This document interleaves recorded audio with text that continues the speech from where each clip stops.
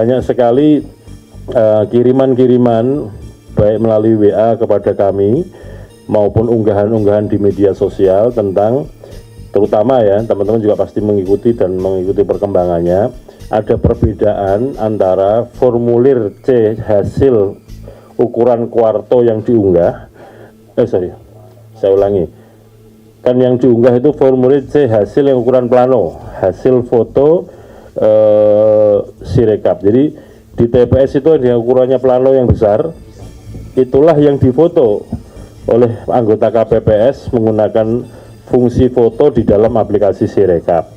Itu yang diunggah. Kemudian menggunakan sistem di dalam Sirekap, ada sistem untuk konversi yang membaca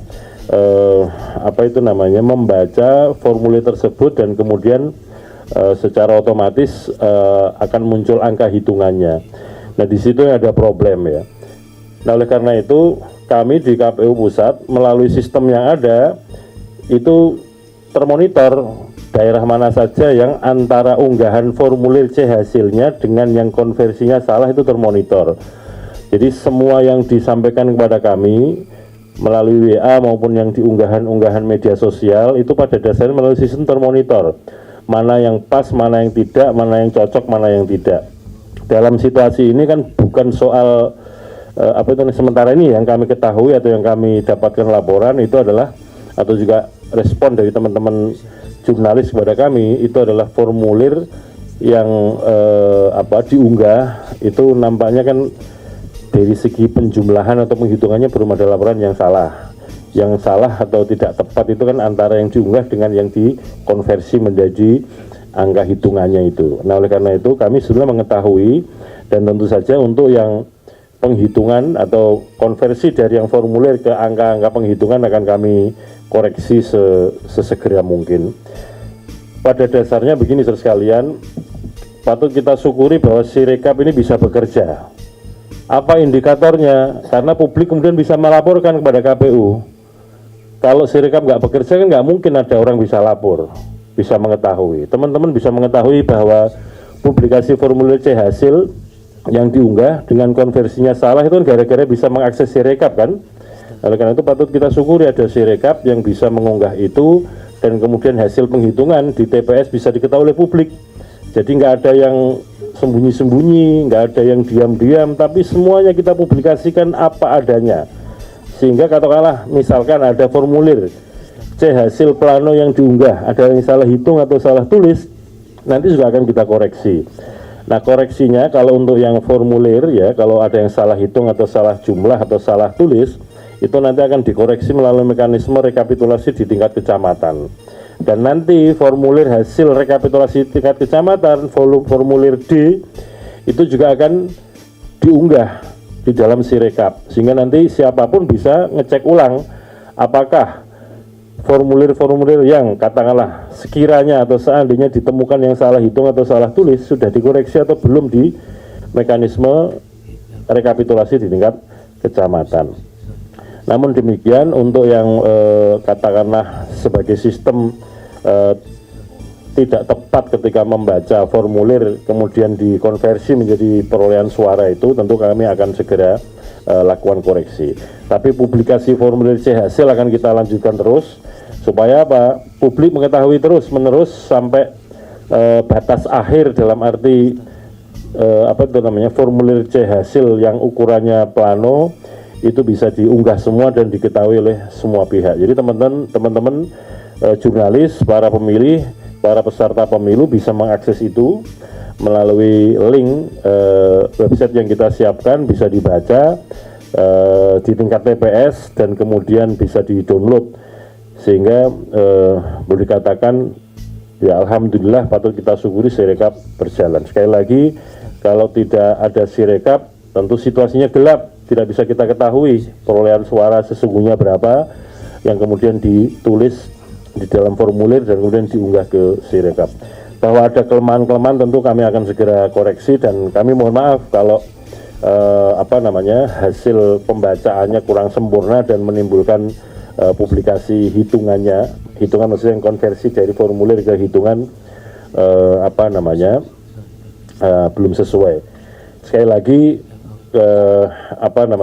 pada intinya kami ini di KPU masih manusia-manusia biasa yang sangat mungkin salah, tapi kami pastikan kalau yang salah-salah pasti akan dikoreksi. Yang paling penting KPU ini nggak boleh bohong dan harus ngomong jujur, itu aja yang paling penting.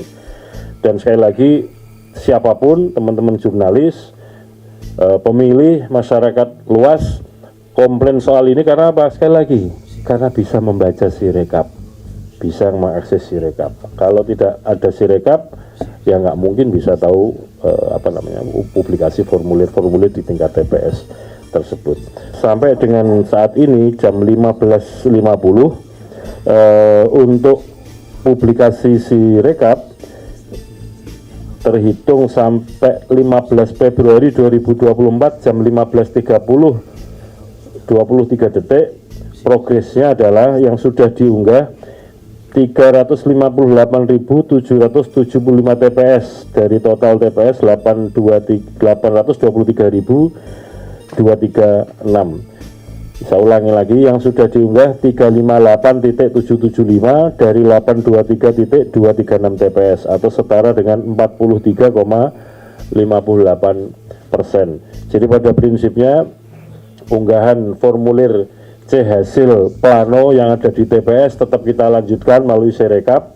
Hanya saja nanti untuk yang konversi-konversi yang kebetulan sistem membacanya kurang akurat atau kurang tepat, nanti akan kita lakukan koreksi supaya sesuai dengan apa yang formulir yang diunggah. Tidak ada niat manipulasi, tidak ada niat untuk mengubah hasil suara, karena pada dasarnya formulir C hasil yang plano diunggah apa adanya, sebagaimana situasi yang diunggah oleh teman-teman KPPS. Itu bisa kita monitor, bisa kita saksikan bersama-sama. Secara keseluruhan penyelenggaraan pemilu kita telah berhasil dilakukan. Memang ada beberapa permasalahan ya, tapi tentu bisa ini kita koreksi dan juga bisa kita perbaiki dalam beberapa hari ke depan. Karena sesuai dengan undang-undang kita punya waktu 10 hari untuk melakukan rekomendasi pemungutan suara ulang jika terjadi permasalahan. Jadi terima kasih kepada teman-teman penyelenggara baik KPU maupun Bawaslu, dan kami mohon kepada yang bersangkutan, kepada teman-teman ad hoc untuk tetap menjaga kesehatan karena memang waktu kita sangat terbatas dan sangat ketat dalam melakukan penyelenggaraan pemilu, dan ini hari-hari ke depan akan sangat berarti dalam penyelenggaraan demokrasi Indonesia. Teman-teman semua, hasil pengawasan Bawaslu dapat kita sampaikan tadi sudah kami sampaikan pada jam 11:30 tadi siang. Nih untuk mengulang sedikit ya kepada teman-teman semua, kami misalnya menemukan dalam 13 masalah dalam pemungutan suara, 37.466 TPS mengalami pembukaan pemungutan suara dimulai lebih dari jam 7. Ada di lapangan, demikian temuan Bawaslu. 12.284 TPS didapati alat bantu disabilitas netra tidak tersedia di TPS. 10.496 TPS yang logistik pemungutan suara tidak lengkap. 8.219 TPS yang didapati adanya pemilih khusus yang menengah hak pilihnya tidak sesuai dengan domisili KTP. Ada 6.084 TPS yang tertukar. Ini juga kami atas permasalahan tersebut bersama dengan KPU, untuk yang tertukar kami sudah menyepakati surat edaran bersama. Untuk yang dapil tertukar maka dianggap sah jika dicoblosnya di baik di partai politik maupun di nomor urut. Jadi kami ini juga bukan perintah kepada teman-teman Bawaslu di tingkat ad hoc dan juga untuk dicatatkan, tidak lupa untuk dicatatkan dalam kejadian khusus ya. Kemudian alhamdulillah ini sudah kita tantangin pada hari ini dan kita akan sampaikan ke teman-teman di tingkat ad hoc. Kemudian yang paling kemungkinan akan terjadi PSU adalah kejadian 2.413 TPS yang didapati adanya pemilih menggunakan hak pilihnya lebih dari 1 kali. Ini kemungkinan PSU-nya besar. Tapi tentu lagi ditelusuri ya teman-teman, apakah benar demikian dari Panwascam dan juga Bawaslu Kabupaten Kota. Dan juga ada 6 masalah dalam pemungutan suara seperti 11.2033 TPS yang dapati adanya Sirekap tidak dapat diakses oleh pengawas pemilu, saksi dan atau masyarakat. Walaupun kami harus menyatakan bahwa Sirekapnya adalah alat bantu. Jadi yang paling kita pegang adalah manualnya nanti, rekapitulasi manual, bukan sirekapnya.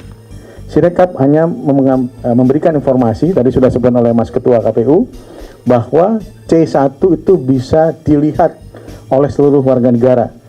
Jika kemudian dalam membuatnya dalam dalam sistemnya kemudian bermasalah, yang penting bisa dilihat adalah C1-nya, C1 planonya. Itu yang paling penting dalam sebuah pemungutan dan penghitungan suara yang benar.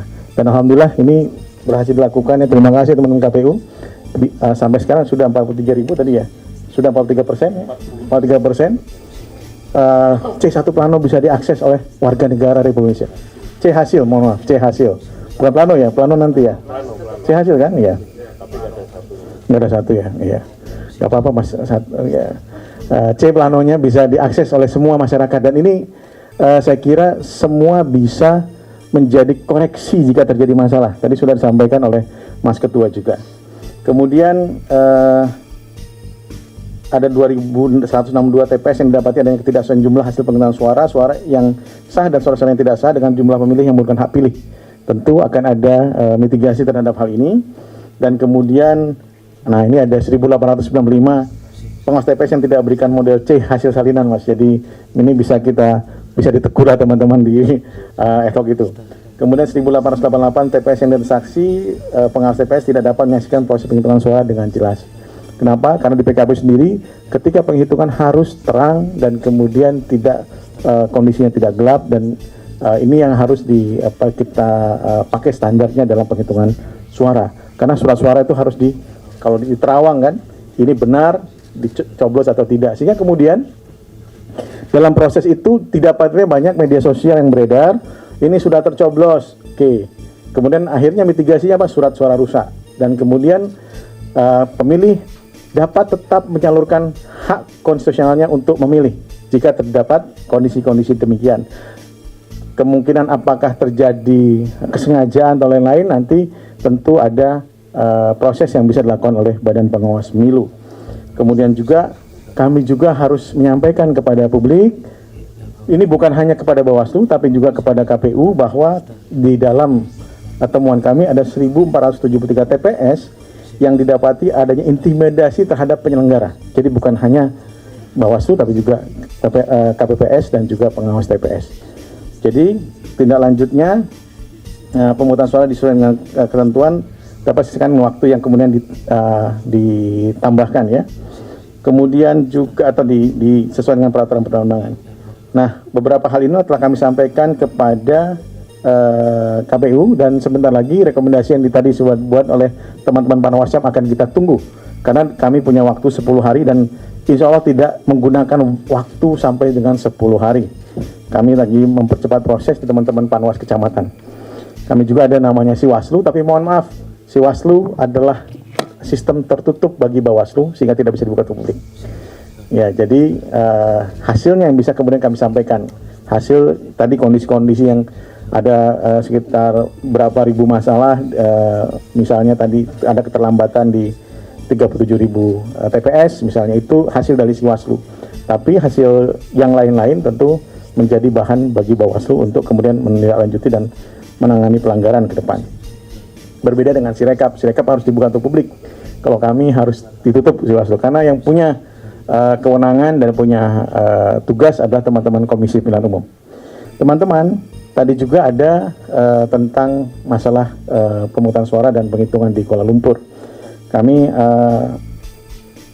meneruskan surat dari Panwas Kuala Lumpur yang intinya adalah untuk tidak menghitung hasil pemungutan suara dengan metode pos di seluruh wilayah Kuala Lumpur.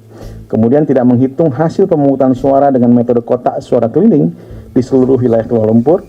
Melaksanakan pemungutan suara ulang dengan metode pos dan kotak suara keliling. Kemudian pelaksanaan pemungutan suara ulang seperti masuk huruf C didahului dengan pelaksanaan pemutakhiran daftar pemilih untuk metode pos dan KSK. Kemudian tidak menetapkan seluruh pemilih yang telah memberikan suara di tempat pemungutan suara Kuala Lumpur sebagai pemilih pada pemungutan suara ulang dengan metode pos dan kotak suara keliling karena mereka sudah memilih di TPS. Kemudian mengevaluasi metode POS dengan pemilihan metode lain guna menghindari kesalahan atau kejadian yang sama. Dan kami sudah sampaikan bahwa tugas ini adalah tugas kita bersama. Bukan hanya tugas ansih KPU Republik Indonesia, tapi tugas juga dari pemerintah Republik Indonesia, baik dari Kementerian Luar Negeri, Kementerian Dalam Negeri, Kementerian Tenaga Kerja. Karena pendataan warga negara adalah tugas pemerintah dan kemudian pemutakhirannya oleh KPU. Dan kami berharap karena metodenya itu pemutakhiran data pemilih, tentu tidak bisa kemudian sama dengan pemungutan suara ulang dengan hanya membuka atau membuat hari pemungutan suara, karena agak berbeda. Oleh sebab itu ada hal-hal yang perlu kita bicarakan kembali untuk bagaimana melakukan mitigasi terhadap metode POS dan KSK. Dan kami berharap alhamdulillah kerjasama dengan baik dengan Kemenlu dan juga Kemendagri dan juga Kemenaker Tenaga Kerja untuk kemudian bersama-sama melakukan kembali pemutakhiran data pemilih atau pemutakhiran warga negara yang ada di Kuala Lumpur, sehingga ini dapat menjadi sebuah evaluasi terhadap penyelenggaraan pemungutan suara beberapa satu atau dua pemilu sebelumnya. Saya dan Mas Hasim dulu seperti rendezvous ketemu lagi di Kuala Lumpur dengan hampir waktu yang sama gitu. Jadi kami mengharapkan ini bisa kita lakukan, dan kami berharap juga KPU nanti Mas Hasim, Mas Ketua dan anggota bisa turun langsung. Nanti kita dampingi juga dari Komisioner Bawaslu untuk melakukan pemutakhiran data pemilih, minimal melakukan supervisi dan juga mungkin menempatkan eselon 1, eselon 2 untuk memantau terus nanti jika terjadi pemutakhiran data pemilih dari KPU untuk ditempatkan dulu di sana sekitar seminggu 2 minggu untuk kemudian membantu teman-teman PPLN dalam melakukan pemutakhiran data pemilih.